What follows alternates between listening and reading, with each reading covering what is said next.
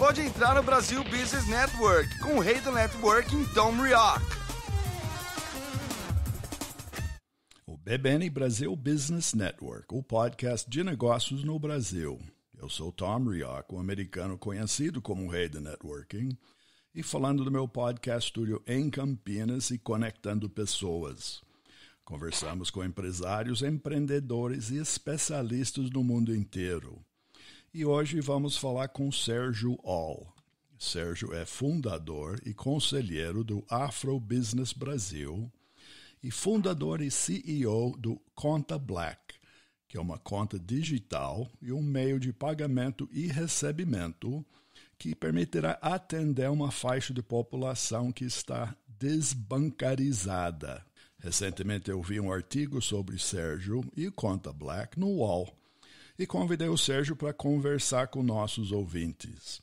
Então, Sérgio, bom dia, obrigado por aceitar o convite. Bom dia, Tom. Eu fico muito agradecido também pelo convite e para mim é um grande prazer compartilhar um pouquinho dessa minha vida em jornada empreendedora. Essa jornada já tem tempo, né, Sérgio? Conta um pouco do seu background, o que você fez e está fazendo. Eu sou um jovem rapaz de 45 anos, né? Nasci em 1974, então eu pude presenciar um pouquinho uma grande parte da ditadura do nosso país. Eu presenciei um pouquinho da alta inflação, da grande dificuldade que os meus pais tinham em colocar comida na mesa para sustentar 6 bocas. E toda aquela dificuldade que eu presenciei foram motivos para eu chegar para minha mãe e falar que eu gostaria de ser alguém e que eu construiria essa experiência para tirar a minha família daquela situação. E minha mãe sempre foi a pessoa que me incentivou. Então, mãe é mãe, né? E mãe sabe mãe tudo. É mãe. Exatamente, ela é protetora, né? Então, esse incentivo, esse empurrão dela fez com que eu começasse a empreender. Quando eu falo empreender, eu comecei a empreender muito novo, né? A partir dos 6, 7 anos, eu brincava de escritório, eu via aqueles filmes nas TVs de negócios que me brilhavam os olhos, e eu sempre falava para minha mãe que eu tinha o sonho de ser aquela pessoa, de fazer aquilo que estava mostrando na televisão, e ela me empurrava cada vez mais. Enquanto meus irmãos brincavam de bola, soltavam o pipa, eu ficava brincando de escritório, de empresário. Então, eu acho que é dali que eu entendi do meu lado empreendedor, o lado de procurar saber o que eu queria ser no futuro. Mas foi durante a minha juventude que eu procurei várias formas de ganhar dinheiro para ajudar em casa. Foi com os meus 16 anos que eu já estava entendendo o que eu queria ser. Meu sonho era trabalhar no mundo da comunicação, mas não sabia como, porque naquela época a dificuldade era fazer faculdade no Brasil naquela época, entre 80 e 90 era muito caro. Sim. Não tinha as facilidades que tem hoje. Também naquela época nós não tínhamos muitas facilidades tecnológicas. A única tecnologia que existia de fato era rádio, TV, revista e banca de jornal. Sim. Mas foi usando esses aparatos foi a forma que eu encontrei para querer seguir a minha carreira. Mas eu tive muitos desafios pela frente, né? Eu me tornei um profissional de network marketing, né? A primeira empresa que entrou no nosso país, eu fui um jovem líder. O meu sonho em fazer esse marketing multinível era realizar o sonho da minha mãe, que era melhorar, finalizar a casa dela do jeito que ela queria. Infelizmente eu a perdi por causa do câncer. E não foi por causa do dinheiro, não foi por causa do dinheiro. Assim que eu a perdi, eu larguei o negócio. Tive algumas dificuldades durante 2 anos, com um pouquinho de depressão. Porque eu era muito apegado a ela, mas foram durante esses 2 anos de depressão que eu passei a me conhecer como pessoa e a entender qual seria a minha próxima jornada, né? Sim. Que era pensar em mim. E aí, num dia, eu comecei a brincar de videogame com meu primo, e aí eu falando com ele, poxa, a gente podia fazer isso aqui na nossa profissão. E aí ele falou assim, exato, a gente podia mesmo, vamos fazer um negocinho? Assim, Tom, foi algo totalmente despretensioso. Sim. Mas foi algo que deu certo, né? Nós montamos isso em meados no final da década de 90, começo dos anos 2000. nós montamos um pequeno site que era, na verdade, um buscador de dicas, ou seja, a gente jogava os jogos, anotava as dicas de como passar as fases daquele jogo e colocava na internet. A gente achava que aquela brincadeira pelo menos nos daria um pouquinho de experiência mercadológica, pelo contrário, nos transformou em especialistas. A gente começou a fazer matérias para veículos especializados em entretenimento, principalmente na área de jogos. E quando me dei conta, nós já estávamos com uma base de quase 30 mil clientes, a gente já estava com uma base de quase 50 mil dicas, a gente já estava com uma base dos principais fabricantes de jogos, nós estávamos justamente representando eles justamente no conteúdo de jogos. E aí, um belo dia, eu cheguei pro meu primo e falei assim, cara, se eu vejo jogos para PC, por que não tem jogos para Mac? E aí eu fui fazer uma pequena provocação à Apple, que até então estava no Brasil já nessa época. Falei sobre a nossa experiência, o que nós temos feito, e eles chamaram para uma reunião. Quando me dei conta, eles nos convidaram para ajudar a popularizar o Mac no Brasil, o Macintosh no Brasil, porque até naquela época era um produto muito elitizado. Então eles achavam que através dos jogos seria uma forma de popularizar o produto. Sim. E aí nós começamos a trabalhar e aí vem os desafios, né? Os nãos, né? Eu tive muito apoio da minha mãe, mas eu tive muitos nãos por parte dos meus outros parentes, né? Então, a morte da minha mãe foi um não que automaticamente me fez largar do marketing multinível. Marketing multinível é cheio de não, né? Então... Exatamente. Acho que tem mais não do que sim, mas para chegar no sucesso você tem que aceitar os nãos. Exatamente. Então, assim, o não sempre foi um combustível, para falar a verdade. E aí, nesse auge, nesse meio da área de jogos, eu comecei a crescer muito. Meus primos tiveram uma discussão com os meus outros sócios, eles saíram, me deixaram sozinho. E aí eu toquei o barco sozinho, a empresa começou a crescer mais. E aí eu precisava de sócios porque não estava dando conta. Eu vendi parte da minha participação para esses sócios, que ao todo eram 4, comigo 5. E aí eu comecei a enfrentar outros nãos, eu estava sendo... eles me impediam de utilizar o meu lado criativo para fazer mais coisas. Então, isso me deixou muito, muito, muito chateado, porque eu não estava tendo liberdade com o meu próprio negócio. E aí chegou um momento que eu abri mão desse negócio. E aí, eu abri mão desse negócio, eu também acabei abrindo mão desse relacionamento com a Apple. E aí eu coloquei na minha cabeça, se eu comecei um negócio e deu certo, por que não? Porque eu não posso começar um outro. Então eu vendi minha participação e comecei no ramo da comunicação. Montei em casa um pequeno escritóriozinho para começar a trabalhar com marketing digital. Sim. Naquela época, que também estava nascendo, né? Quer dizer, o marketing digital era uma ideia desconhecida, vamos dizer assim.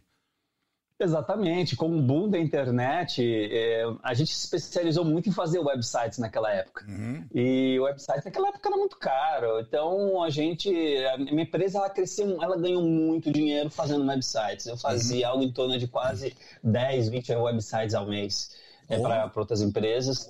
E aí, com esse crescimento, aumentando o número de clientes, e não perder esse cliente só porque eu fiz o site, eu perguntava para eles, o que você precisar, a gente faz. O cliente precisava fazer cartão, eu criei uma área de fotolito.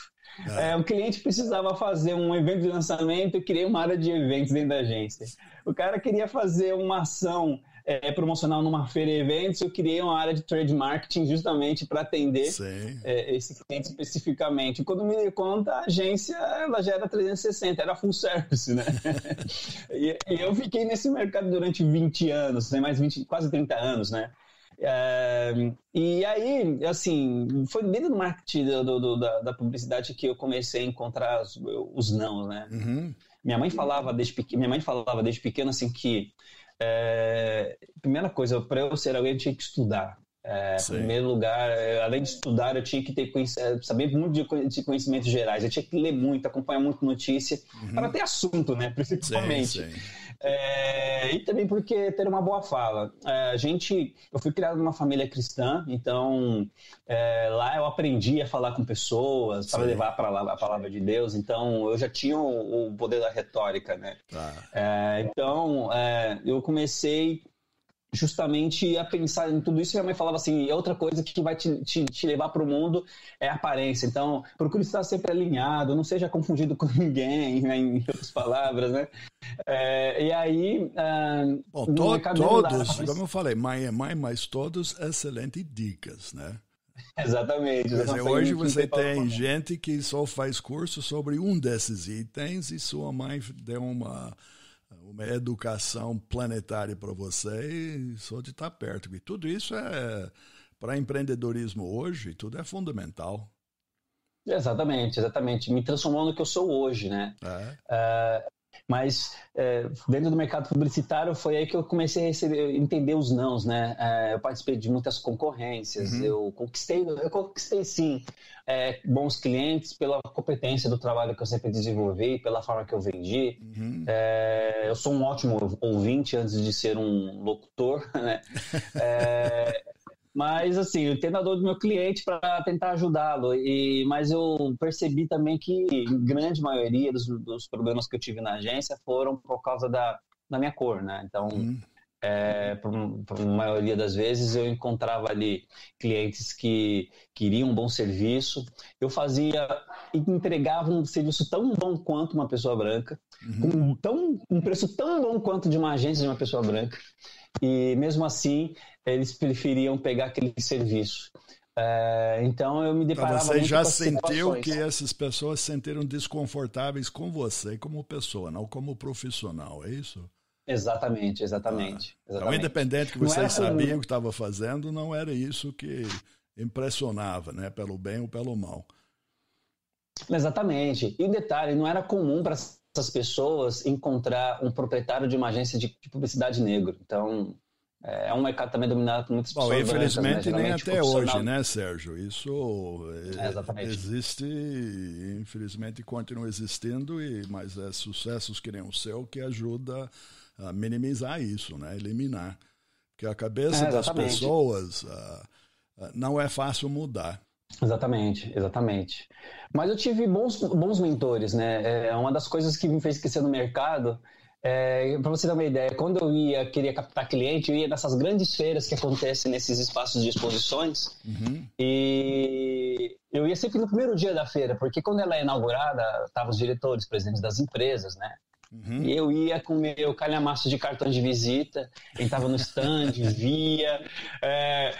Chegava, procurava descobrir quem era o diretor, quem era o presidente da empresa, falava um pouquinho do que eu fazia, porque eu estava na feira, e chamava esse cara para ser meu mentor. Então, eu massageava o ego da pessoa, né? Eu falei assim, poxa, eu tenho uma pequena agência, eu gostaria de aprender mais com pessoas experientes, gostaria que você me mentorasse. Sim. E aí, eu gerei muitos mentores, o que me ajudaram a crescer no mercado, porque quando eu precisava de alguma coisa, eles estavam sempre a uma pessoa dessa pessoa, de uma oportunidade. Então, foram 30 anos gloriosos, né? Mas eu sempre entendia que o não, ele sempre iria perdurar na minha vida. E eu falei assim, isso não vai me derrubar.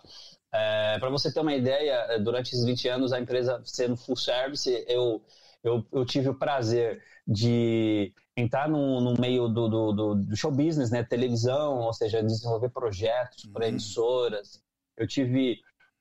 também o prazer de desenvolver projetos de shows internacionais, que era uma área que eu também estava adorando muito. Eu entendia que, com toda aquela crise que existia, econômica que existia no nosso país, podia vir qualquer show, podia vir qualquer artista internacional, era de encher estádios, ou seja, a inflação não era um problema, né? E aí eu tive o prazer de conhecer muitos produtores brasileiros que só eram focados em shows internacionais, e até o ponto de eu começar a desenvolver projetos internacionais. E aí eu comecei a me relacionar com os Estados Unidos, com o Michael McIntosh, que é um dos principais produtores lá,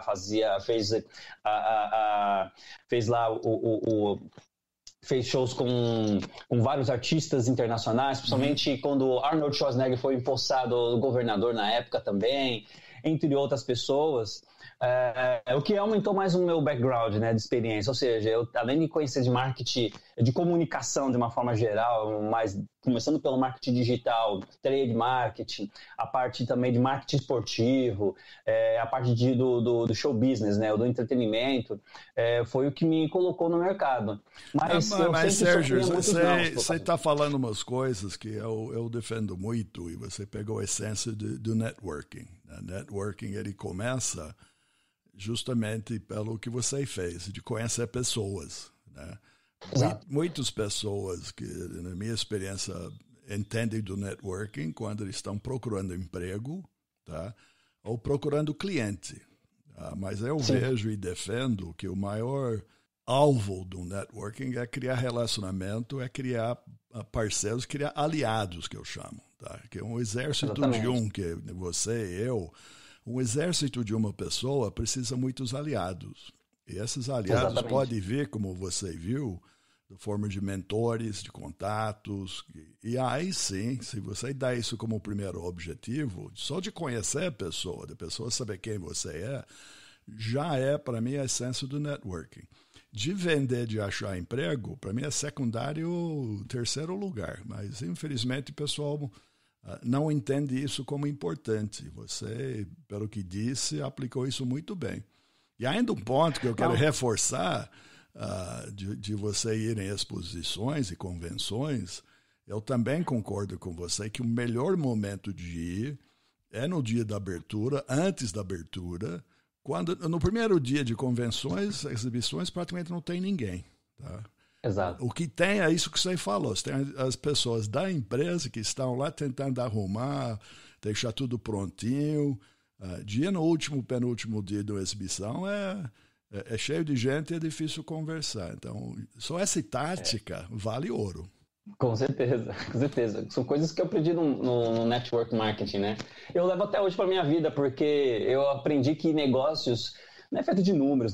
O negócio é feito de pessoas, então você usar o seu relacionamento, a sua experiência para conquistar essas pessoas, até mesmo trazer, como você mesmo disse, aliados, é o que faz o negócio crescer. E grande parte dos clientes que eu conquistei vieram por indicações. Sim. Ou seja, claro, eu ia ao mercado, conquistava esses clientes indo ao mercado, aumentava o meu rol de relacionamentos, mas quando eu fazia um bom serviço, se você procura o Sérgio Al da agência iBits, que eles vão fazer um bom trabalho para você, o que eles fizeram pra gente. Então foi assim, pra você ter uma ideia, anos depois eu fiz até um evento, um seminário em São Paulo para uma empresa de marketing multinível, né, de outro segmento, ou seja, porque eles viram a minha experiência e viram que eu conhecia do mercado. Mas assim, Tom, existem coisas, né? Chegou uma época que eu já estava com 30 funcionários e eu fazia mais um relacionamento executivo com clientes, ia almoçar, tentava entender um pouquinho do parâmetro, como que a empresa está, onde que ela quer chegar, tanto a minha quanto do cliente. Mas eu precisava também investir mais na empresa, né?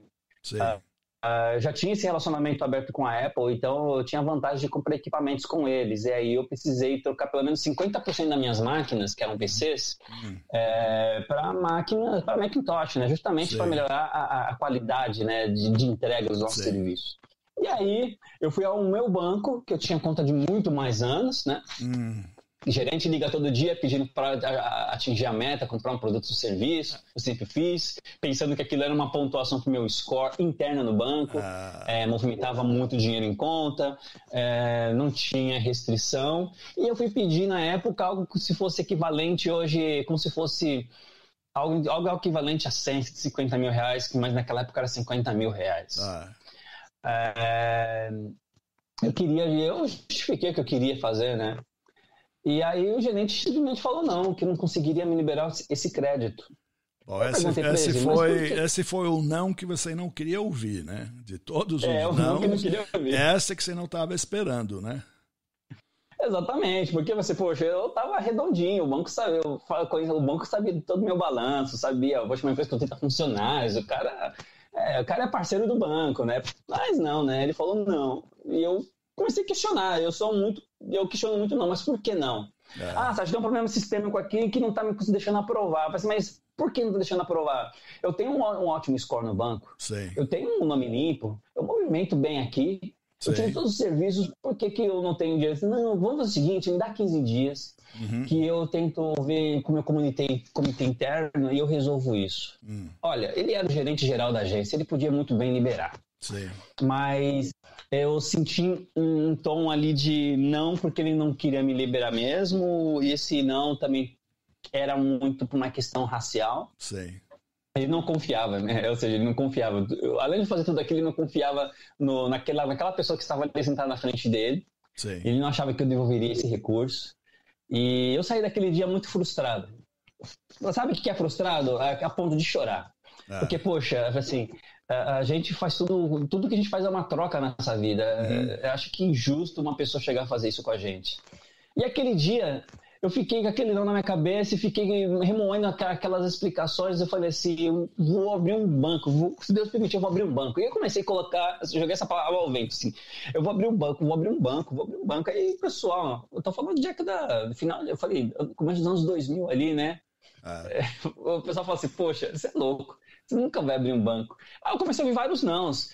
Esses não subjetivos que falam assim, esquece dessa ideia, é louca, você não vai conseguir, foca no seu negócio. Eu falei assim, não, mas eu vou fazer isso. Pois bem, Tom, eu fiquei com esse não na minha cabeça durante quase 20 anos.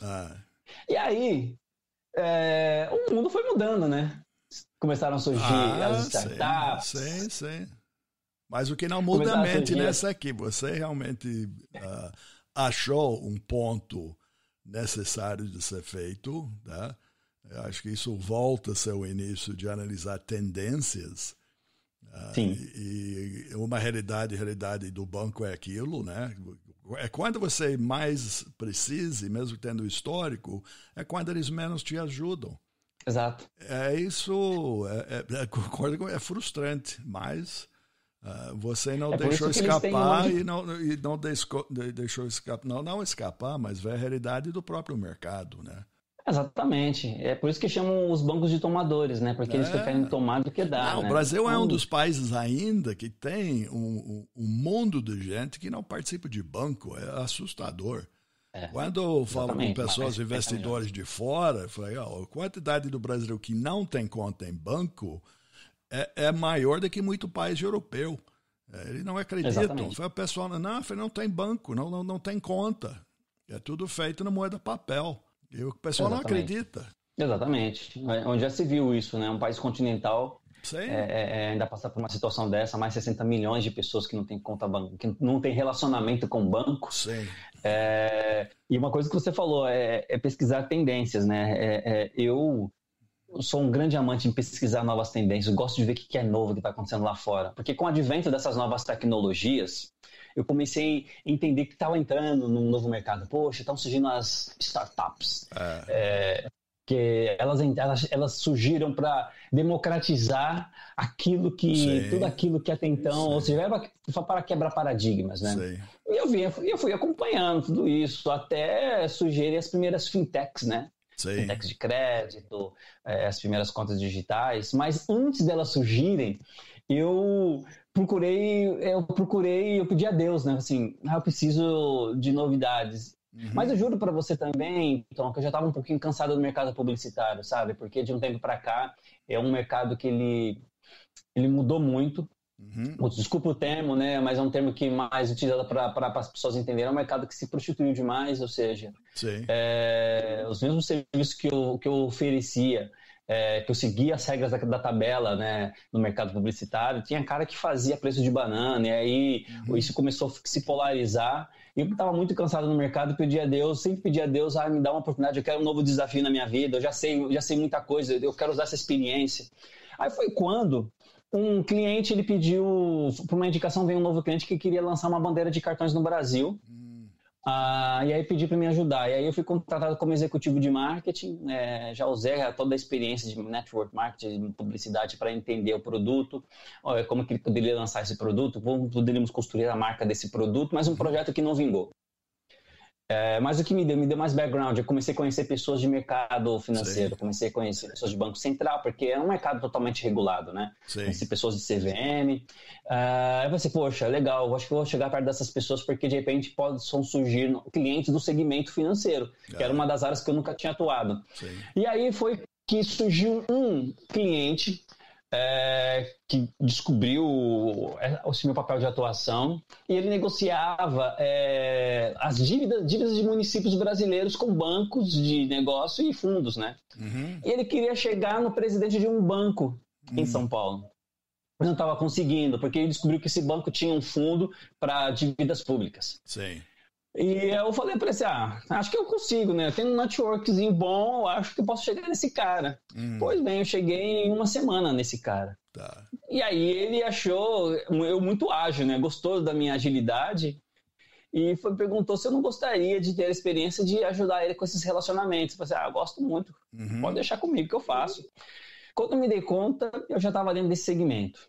Então, eu já entendi os números das dívidas dos municípios, eu ia para Brasília, onde alguns bancos têm sede, eu ficava muito na Paulista para conversar com outros bancos e fundos. Quando eu me dei conta, eu estava dentro do mercado financeiro. Oh. E aí... Com todo o conhecimento digital que você tinha. Exatamente. Eu agradeci a Deus, né? Porque talvez eu acho que seria o caminho, né? Entender o dinheiro, entender como que funciona o mundo, entrar nessa caixa preta que se chama mercado financeiro.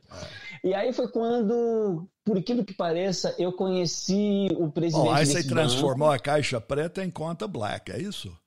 Exatamente, exatamente. Eu dei o clique e Exatamente. falei, agora eu vou fazer minha conta, é isso? Exatamente. Foi aí quando eu, sentado num café da manhã com o presidente desse banco, eu falei da minha história, falei do que aconteceu comigo anos atrás, e eu falei assim que eu gostaria de montar um projeto para ajudar pessoas que não conseguem ter acesso aos serviços básicos. E aí ele disse, vou te ajudar. Aí entrou o poder da mentoria. Legal. E aí foi quando ele mandou conversar com o diretor de cartões na Paulista, onde ficava a sede. A gente começou a estruturar um produto financeiro com base no cartão pré-pago, que naquela época era utilizado somente para viagens. E aí a gente começou a estudar o produto. Esse produto pode ser múltiplo, ele pode ser controle de despesa, pode ser um cartão mesada. Legal. E aí a gente começou a trabalhar esse produto em 2008. Eu entendi que não podia continuar fazendo esse trabalho sendo publicitário como uma empresa de marketing de publicidade. Eu abri uma segunda empresa, que é a Rise Invest. E aí eu também trabalhei com assessoria financeira, comecei a resolver problemas de alguns clientes, e aí comecei a estudar mais sobre o mercado. Aí que entra a questão mas me diga, de entender essa a conta Black, ele é um cartão ou ele é uma conta? Ou as duas coisas? O que ele é? As duas coisas. As duas coisas. Porque eu entendi naquela época, quando as pessoas tinham cartão, existia por detrás daquele cartão uma pequena conta que permitia ela colocar o dinheiro e utilizar esse cartão. Mas só que o mercado não estava vendendo esse produto como conta. Estava vendendo como um cartão para a pessoa viajar. E aí a gente começou a mexer nas nossas ideias. E aí foi quando esse banco ele foi comprado. Aí veio o outro não. O banco foi comprado. Aí teve que parar o projeto do zero. E aí, já conhecendo o mercado financeiro, através de um outro banco, através de um outro fundo, nós chegamos num outro banco que tinha um produto parecido, começamos a trabalhar, e aí foi quando eu já tinha uma ideia qual seria o produto e qual seria o público, porque eu também estudei o mercado durante todo esse tempo. Sim. Aí foi quando, em 2017... dentro desse espaço nós criamos a Afrobusiness para entender o mercado afroempreendedor brasileiro, entender em números.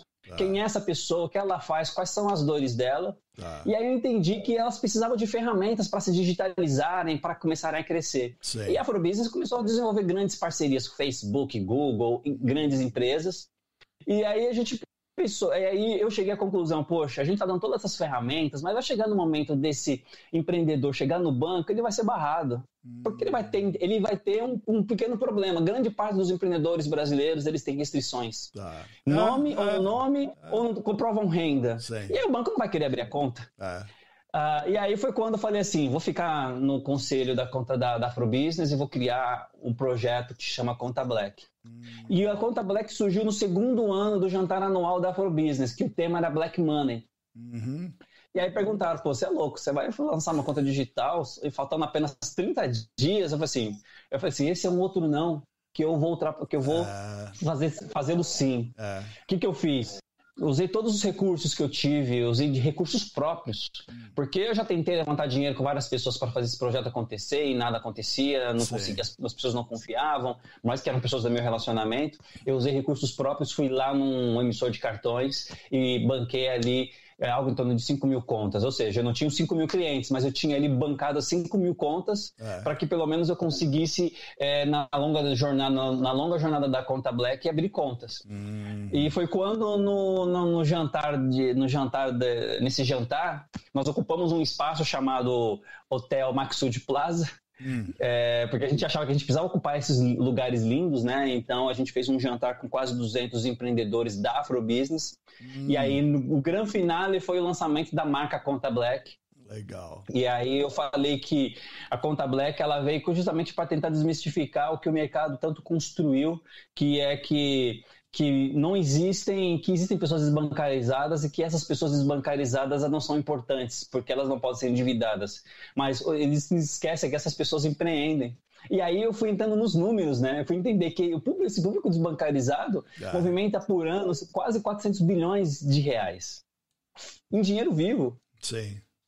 E recentemente fui entender que grande parte desse público consome entre produtos e serviços algo em torno de 1 trilhão 700 bilhões ao ano. Mas como esse público não pode ser visto como importante? É muito dinheiro. É muito dinheiro. Agora hoje, Sérgio, como é que você procura as pessoas? Como é que uma pessoa entra na Conta Black hoje? A gente tem divulgado muito a Conta Black utilizando as redes sociais, que é o nosso canal de mídia, né? As pessoas, quando a gente pede para que elas não só acessarem os conteúdos das mídias sociais para falar sobre Conta Black, mas a gente arrasta elas para o nosso site, porque lá as informações são mais objetivas.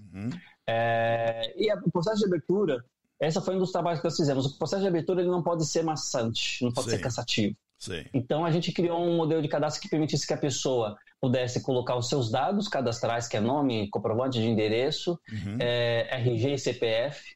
A gente faz um processo de análise muito simples, ou seja, o nosso único processo de análise é para saber se aquele CPF e aquela pessoa existe. Sim. Então, se ela existir e ela for empreendedora, a gente já libera um modelo de conta digital que tem os serviços básicos de um banco, que é emissão de boleto, ela pode fazer transferências por TED Doc, ela pode acompanhar saldo, ela pode pagar contas, e ela recebe um cartão que na época começou como um cartão de débito internacional, depois a gente migrou para um cartão de crédito pré-pago.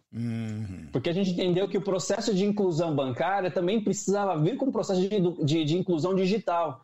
Com esses adventos aí de apps que tem aí que precisam de cartão de crédito. Então a gente imaginou que o crédito à vista, um cartão de crédito com crédito à vista, ou seja, com saldo em conta, permitiria com que essas pessoas utilizassem também esses serviços. Bom, na realidade, eu concordo com você que uma coisa, como eu falei que sou americano, nos Estados Unidos você sempre diz, o que você só é o crédito que você tem. E lá, se você não tem crédito, você não existe. E trago isso para a realidade brasileira, o que você falou. Quando você tem muita gente usa cartão de débito, é importante criar um histórico de crédito, de usar e pagar. Minha mãe, antigamente, ela não queria cartão de crédito demais. Eu falei, mãe, você precisa ter. Você precisa comprar de vez em quando coisa um crédito, senão você não existe na análise do crédito. Não tem como existir. E hoje isso é um fato. Então, o fato que você está oferecendo não só o cartão, mas você está conseguindo oferecer uma realidade de criar crédito, né? Porque Exatamente. O mundo funciona assim. Exato. E o crédito nos Estados Unidos é crédito à vista, né? Então, ou seja, a pessoa comprou um cartão de crédito e paga mês que vem. Aqui não, 10, 12, 24 vezes. Que para o processo de educação financeira ele é muito maçante aqui. Legal. Bom, Sérgio, estamos chegando no fim do nosso tempo, mas eu quero chamar a atenção. Então, para o nosso pessoal, para entrar na Conta Black, é contablack.com.br. Então, esse site é o lugar para achar, para se relacionar, para se oferecer. Exatamente. Você chama de correntista? O que é uma pessoa que tem conta? Ele é o que para você? Ele é um cliente? Ele é um usuário? Como é que é? Exatamente. Boa pergunta. A gente até pensou nessa questão da pessoalidade, né? Para tirar esse termo banco, a gente costuma falar que nós somos comunidade financeira e toda pessoa que ingressa a ter uma conta Black se torna membro. Se torna membro, a gente não chama de cliente e nem correntista porque dá a tendência de número, né? De ser mais um número. Então é amigo. Então ela se torna um membro. Oi? É um membro, é um amigo mesmo, legal. Exatamente, porque a gente entende que para a construção da conta Black, ela precisa de participações de pessoas. Sim. Então a gente diz que nós só vamos crescer se tiver pessoas. Sim. Então, ao contrário daquelas pessoas que acham que não perderam a confiança no sistema bancário atual, a gente tenta construir esse relacionamento através da pessoalidade, tirar o termo banco, falar que é um negócio feito por pessoas, e a gente chama de membro, sim, porque a gente quer a opinião dele para a gente melhorar o nosso serviço. E eles têm nos ajudado até hoje a melhorar, tanto que a gente pretende lançar um app para os próximos dias, que vai facilitar a experiência desse usuário.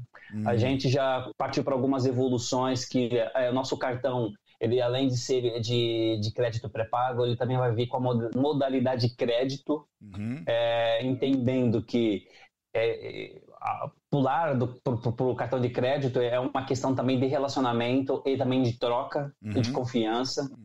Ou seja, nós crescemos juntamente com nossos empreendedores. É muito fácil hoje. Ela entrando no www.contablack.com.br, tem um botãozinho lá de pedir convite. Ela pede convite para ingressar como membro. A partir do momento que ela preencher aquele pequeno cadastrozinho básico, ela vai receber informações de convite, ou seja, de boas-vindas, em primeiro lugar, e falar para ela assim, em que processo ela vai passar justamente para ter a aprovação dessa continha digital e de utilizar esse cartão e assim por diante. Ou seja, é muito estou vendo aqui no fácil. site. Peça seu convite, é isso mesmo, né? Exatamente. Legal. Muito bom, Sérgio. Infelizmente estamos chegando, como eu falei, no fim do nosso tempo, mas convido então nossos ouvintes a entrar para ver na contablack.com.br, peça seu convite, tá? Passar pela análise, que vai ser bem amigável, pelo que você está dizendo, Sérgio, é isso? Sim. Totalmente amigável. E se torna um membro amigo. Exatamente. Tá bom? Que sejam bem-vindos, né? E seja bem-vindo. Então, Sérgio, obrigado por seu tempo, mas você me avisando quando você lança o app, aí nós vamos voltar a falar e nós vamos então explicar para os ouvintes o que é o app e o que ela oferece. Pode ser? Com certeza. Te darei a data com o maior prazer para a gente falar mais sobre ele, qual a experiência que esses novos membros terão ao utilizá-lo. Então tá bom. Então, só lembrando para nossos ouvintes que pode saber mais sobre Sérgio All, o sobrenome é ALL, vai achar ele no LinkedIn, a conta Black, como eu falei, que é contablack.com.br e também no site do bbnbrasil.com. E agradecemos vocês, ouvintes, que podem seguir entrevistas passadas e futuras do BBN Brasil Podcast nos principais plataformas como Spotify, Apple Podcast e Google Podcast. BBN Brasil Podcast é um oferecimento do Focus ME Market Intelligence e eles são especialistas em pesquisa de mercado no setor agrícola. Mais informações no site www.focusme.com. Obrigado pela audiência. Até o próximo encontro aqui no BBN Brasil Business Network. Obrigado por entrar no Brasil Business Network com o rei do networking, Tom Rioch.